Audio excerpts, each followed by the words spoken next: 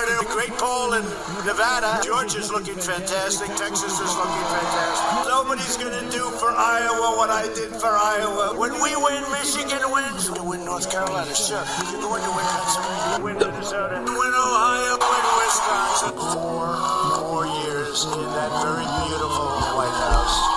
Good morning and welcome back. President Trump pulling off a marathon of battleground rallies as Election Day nears. But will it be enough to tip the scales in the swing states? Here to break down his campaign strategist, John Thomas. John, good to see you this morning. Hey, Jillian. Good to be with you. Good to be with you. Okay, so let's go ahead and pull up here the swing states that we are going to be focusing on, specifically 6 of these. So let's go ahead and start off this conversation in Florida, where at this point, John, it's anyone's game, right?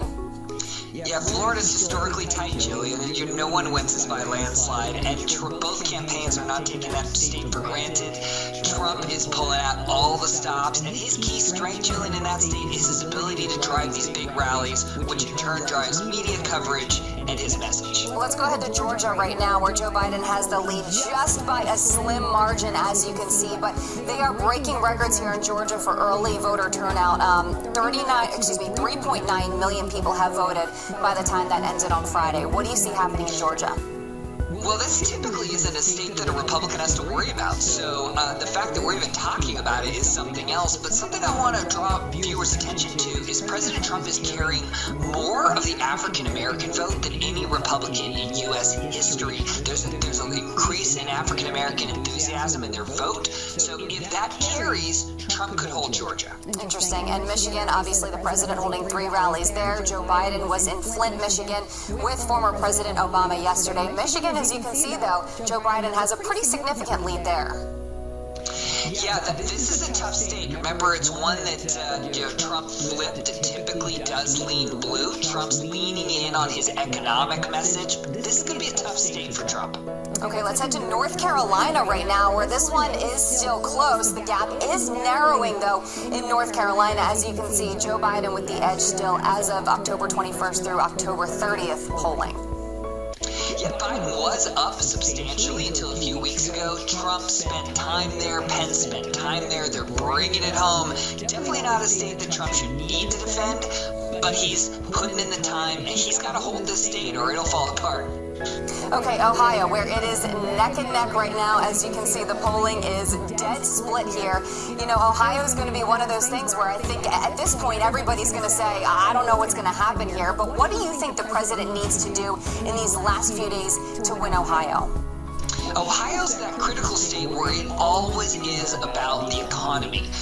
Trump's got to drive his message on both that he's done it once, he can do it again, and also that he's holding China accountable for hurting us in a trade war. All right, now, one of the questions a lot of people are asking, could this all come down to Pennsylvania, the Keystone State? The president has spent a considerable amount of time in the last week on the trail in Pennsylvania. As you can see, though, Joe Biden still has that lead. How do you see Pennsylvania playing out, and does it come down to that state? It likely will, Jillian. The president understands it. Actually, both candidates understand it. They've been spending a lot of time there.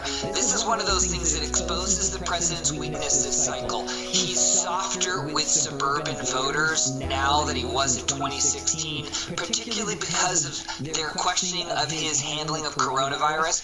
So the president's trying to bring that back home. This is a must-win state, so the president's trying to both do better with suburban voters and turn out his base with rural voters. It's all about turning out your base if you're President Trump. Time will tell, and that time is certainly running out. John Thomas, thank you, as always, for joining us. This is probably what cost us the election.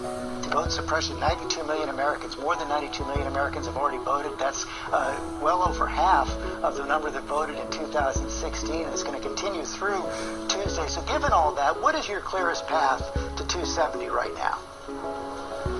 Well, we feel very good. We think that President Trump is going to hold all of the Sunbelt states that he won previously. And as you look to the upper Midwest, Joe Biden has to stop President Trump in 4 out of 4 states: Pennsylvania, Michigan, Wisconsin, Minnesota. If President Trump wins just one of those, in 3 of the 4 he won last time, he will be a reelected president. There's a really important point here, George, that I want to make, is that the entire electorate has shifted. The coalitions are different this go around. The fact that Joe Biden had to go back to Minnesota, a state that Republicans haven't won since 1972, just the other day shows how they're worried about state shifting.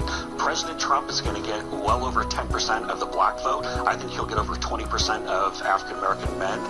President Trump will probably get 40% of the Latino vote. The entire demographic shift within these parties, it's a different world now, George, and that's why we're trying to turn out our supporters. We feel good about it. And the one final thing, George, if you speak with many smart Democrats, they believe that President Trump will be ahead on election night, probably getting 280 electoral, somewhere in that range, and then they're going to try to steal it back after the election.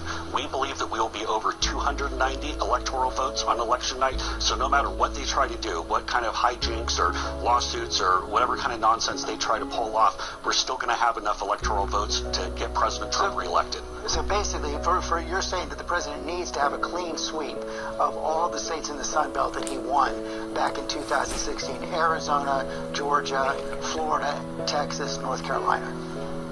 I said I believe that we're going to win all of them. There are multiple pathways. So, for example, if for some reason, and again, the trend lines, you look at Arizona, where I'm very confident, very safe that we're going to win Arizona. But even if for some reason we didn't have Arizona, we could pick off Nevada, a place where our modeling shows that we're going to win on Tuesday, as well as Michigan, and that would put President Trump over the top. So we have multiple pathways, and we feel very good about where we're going. And the fact of the matter is that Joe Biden, it does not excite his base. So when you take the lack of enthusiasm for Joe Biden and the media and Democratic suppression for their voters on Election Day, we think that our turnout will deliver President Trump a victory.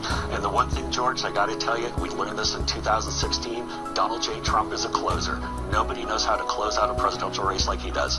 Certainly happened in 2016. Jason Miller, thanks very much.